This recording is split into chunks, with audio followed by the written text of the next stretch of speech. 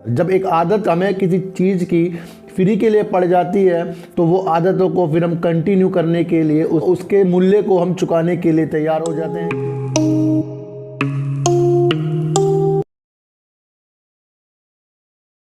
मैं स्वागत करता हूं आपका अपने चैनल में जिसका नाम है सार्थक बाजार से। और आज बात करते हैं सर फ्यूचर ग्रुप की और सबसे बड़े हमारे अमीर आदमी की जिनका नाम है मुकेश अंबानी। उनकी कंपनी का नाम है रिलायंस इंडस्ट्री की। सर रिलायंस इंडस्ट्री की मैं ज़्यादा आपसे आज बात क्यों कर रहा हूं, क्योंकि इनका नाम जब से ग्रीन ऊर्जा के लिए जोड़ा गया है, जिसमें ये अपना कदम अच्छी तरीके से आगे बढ़ाए जा रहे हैं। और उसे देखते हुए इन्होंने एक कंपनी है सर नॉर्वे की, उसका अधिग्रहण इन्होंने 100% कर लिया है। सर ये जो कंपनी है नॉर्वे की, का नाम है REC। ये एक बहुत ही बड़ी कंपनी है जो 25 साल से निरंतर अपना सौर ऊर्जा में सौर सेल और सौर पैनल में काम कर रही है। और एक ये अच्छा गारंटी देने वाली कंपनी है जिसका अधिग्रहण अंबानी जी ने कर लिया है। और उसके लिए अंबानी जी ने ग्रीन लोन ले लिया है 5 बैंकों से और वो मिल गया है। और उसके द्वारा इन्होंने इसकी 100% अधिग्रहण कर लिया है।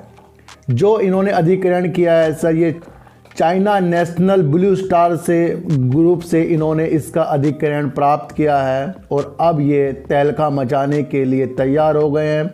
इनका नाम सर इसी तरह से आगे बढ़ता रहेगा, इसलिए ये अधिकतर कंपनियों में अपना स्टेक लेते जा रहे हैं। और एकदम देखना आप कितनी तेज़ी से इनके जितने भी स्टॉक हैं सर, अलोक इंडस्ट्री हो गई या जस्ट डायल हो गई या नेटवर्क 18 हो गई, इन सब में आपको बहुत तेज़ी से एक उछाल मिलता रहेगा। और जो इनका डील का मसला एक फ्यूचर ग्रुप के साथ जुड़ गया है, जिसमें केस पे केस लगे जा रहे हैं और डील डिले होती जा रही है, उसके ऊपर भी ये बहुत चिंतित होंगे और उसको लेने के लिए ये ज़रूर प्रयास करेंगे।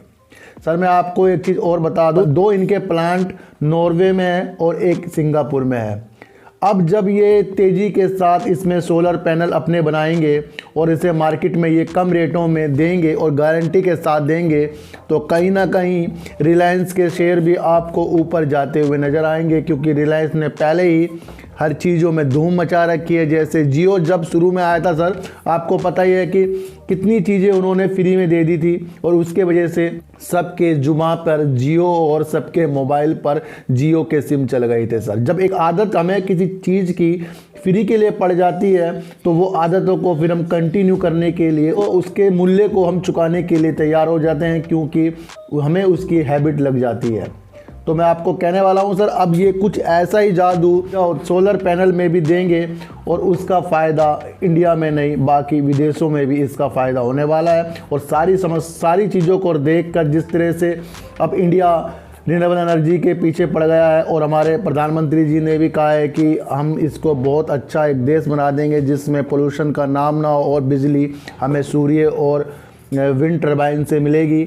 इसके लिए उन्होंने भरपूर प्रयास किए हैं सर। तो एक नज़र सर ज़रूर रखिए, क्योंकि अभी शुरुआती है और शुरुआत में अगर आपने रिलायंस के शेयर अपने झोली में रख लिए तो कहीं ना कहीं इसमें एक धमाका होने वाला है। जो ये सर डील हो रही है, इसके लिए इन्होंने बैंकों से $736 मिलियन का लोन ले लिया है, जिसे कहते हैं ग्रीन लोन।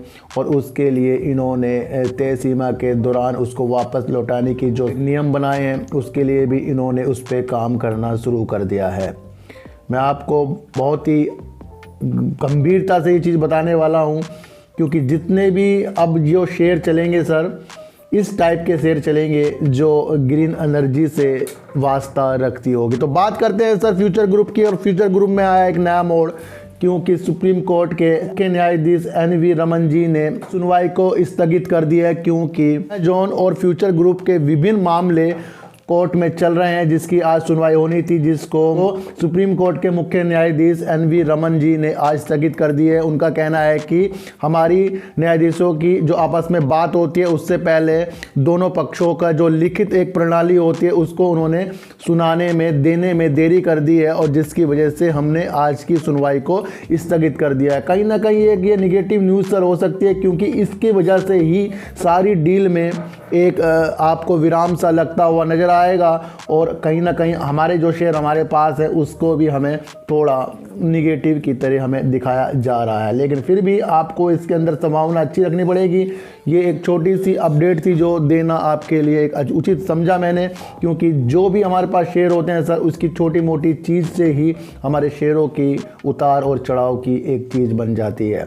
मैं सबसे पहले आपको एक चीज़ बताना चाहूँगा कि अगर आपकी ज़िंदगी में किसी सफलता को प्राप्त करने की इच्छा उत्पन्न हो रही है, उसको आप कैसे प्राप्त कर सकते हैं। सबसे पहले आपको अपनी जीवन में खुशियों का एक प्रवाह करना पड़ेगा। अगर आप जब तक कि आप अपने जीवन में किसी भी तरीके से खुशियाँ नहीं लाएंगे, तब तक कि आप किसी भी चीज़ों को पाने के लिए सक्सेस नहीं हो पाएंगे, क्योंकि जब तक आप काम किसी को खुशी से नहीं करेंगे तब तक के वो काम आपका सफल भी नहीं होगा। तो सबसे पहले अपने जीवन में सफलता को प्राप्त करने के लिए अपने को संयम, धैर्यवान और एक प्रसन्न आदमी करने के लिए आप तैयार हो जाइए। उसके बाद ही आप हर सफलता को पा सकते हैं। तो सर, चींटी को आटा दीजिए, गाय को रोटी दीजिए और अपने बच्चों को ज़्यादा से ज़्यादा प्यार कीजिए, क्योंकि बच्चे ही आपकी मासूमियत से किस्मत पलटेंगे। तो फिर मिलेंगे आपसे नई वीडियो के साथ, जब तक के लिए नमस्कार।